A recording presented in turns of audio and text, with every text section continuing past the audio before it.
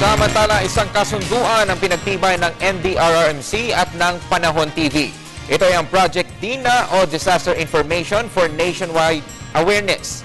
Layon itong bigyan ng impormasyon ang mga mamamayan sa mga dapat gawin tuwing may kalamidad sa pamamagitan ng audiovisual presentation na gagawin ng Panahon TV.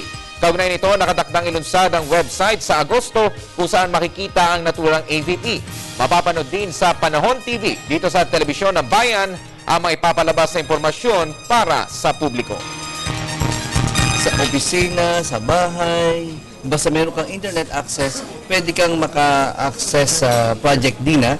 Kung gusto mong malaman ang tungkol sa bagyo, sasabihan ang mga nanonood kung ano ang bagyo at ano ang dapat mong gawin bago dumating, pag dumating at pagkatapos. We will start shooting this material soon, and then there'll be little videos. So there are about 7 videos that we will be producing, and then they will be uploaded on the internet, but they will also be shown on Panahon TV and TV4.